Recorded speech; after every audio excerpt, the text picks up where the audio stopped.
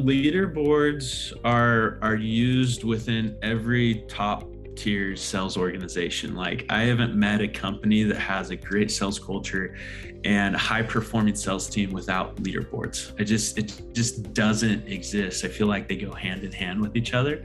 And the reason being is because there is a natural, I don't know, call it behavior, desire, motivation to be the best salesperson in an organization that you can be.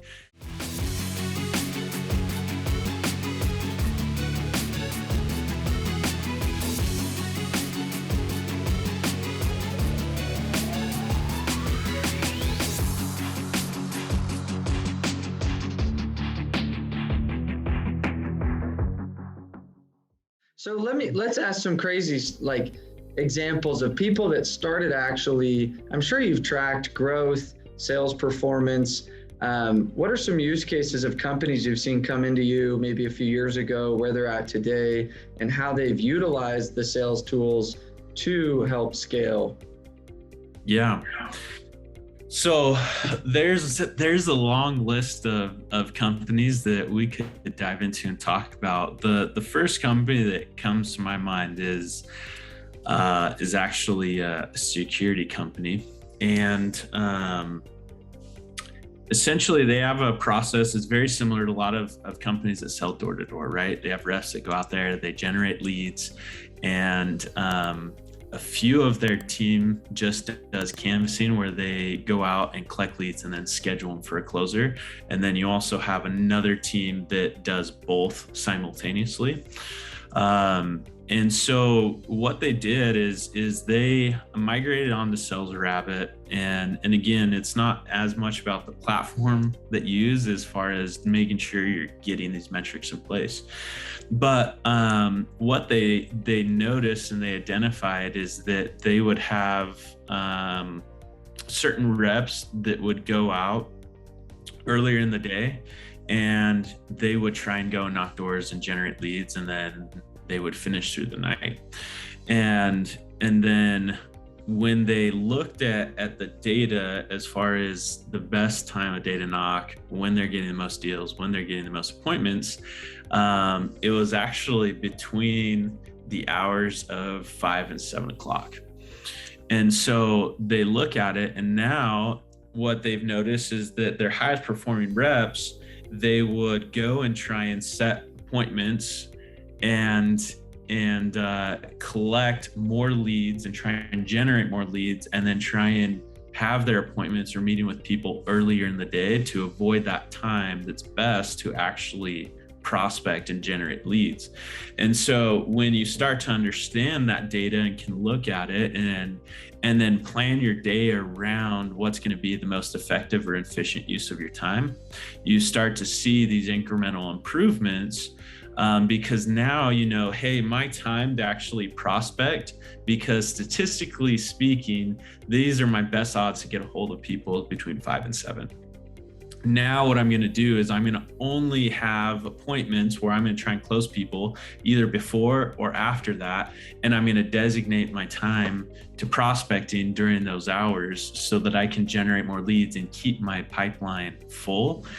And on the outcome, they're able to transition their whole entire organization over to making sure they're running this particular schedule to maximize efficiency of a given day to ultimately increase sales, right? Whereas before it's just like, oh, we'll just go out and knock whenever you want or whenever you feel like it, and let's just give a hoorah cheer before we go out and pump each other up and make the most of it, right? And some people do well and some people don't. But the other thing is, if we can motivate people and say, hey, we're going to have these 2 hours where we're completely on board as a company, where we're looking at the metrics during the 2 hours, we're motivating people during the 2 hours, we're creating incentives around those 2 hours of who's generating the most leads.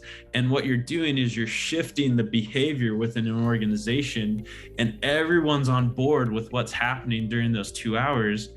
And then it just does wonders for the company in generating higher quality leads that are going to ultimately close and produce revenue for business. Love that. So let's talk about the dashboarding element of that. So in these tools, most of the time they have, and especially sales rep, they have kind of an ability to display leaderboards. And Yeah. how do people use leaderboards, and why is that so important when it comes to a sales culture? So leaderboards are used within every top tier sales organization. Like, I haven't met a company that has a great sales culture and high performing sales team without leaderboards. It just doesn't exist. I feel like they go hand in hand with each other. And the reason being is because there is a natural, I don't know, call it behavior, desire, motivation to be the best salesperson in an organization that you can be.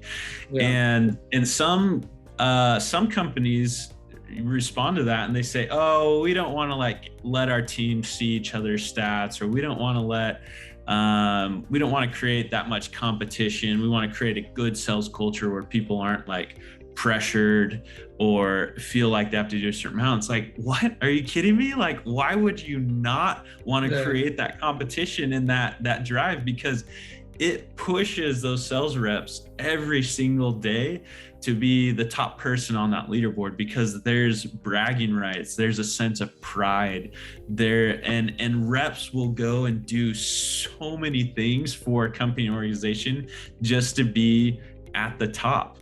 And so leaderboards are used to just simply highlight top performers, but they're also used in creating competitions, incentives. It's pretty common, and I'm sure you can speak really well to this, Sam, as you run a lot of different company competitions where you put people head to head against one another. You put, team A versus team B head to head together. And it's almost like everyone in team A is trying to help everyone outperform the other team just for bragging rights. And you don't even have to put a dinner or some type of prize on the line. It's just for the fact that they can brag about that and hang that over other people's heads. And I just don't think you have a good sales culture at all if you don't have leaderboards and you don't have people pushing themselves to rank on those leaderboards. Yeah, I mean, and if people are fighting the element of public leaderboard, I would challenge them and I would say, is there an insecurity happening here? Yeah. Is it because you're not on top? You know what I mean? And it's kind of play on their ego a little bit, be like, oh, yeah, must be somebody that doesn't like accomplishing a lot in the world. Oh, you're one of those underperformers in life. You know what I mean? It's use that as their motivation. It's no. And you're like, oh, okay. Then why wouldn't you be opposed to it? You know what I mean? And it's I better see my name at the top. And if I see my name at the bottom, it's a clear indication. People are going to weed themselves out when they start getting exposed. One of the big drivers of action is exposure. If you think about exposure, it's nobody likes that feeling of I'm out there in the open and it's public and I'm either humiliated, but everyone likes the dopamine hit of, look at me, I am the best, right? Oh yeah. So, and those are the people that you really want on your team, right? Those low performers that are so skeptical of having it or don't perform, or it almost demotivates them because their names are at the bottom. Hanging on to those people in your org can be cancerous and can destroy the culture and bring everyone down. It's you want to continue to find more and more people that are like your top performers, and your top performers are always going to care about leaderboards. It's just how it goes. 100%.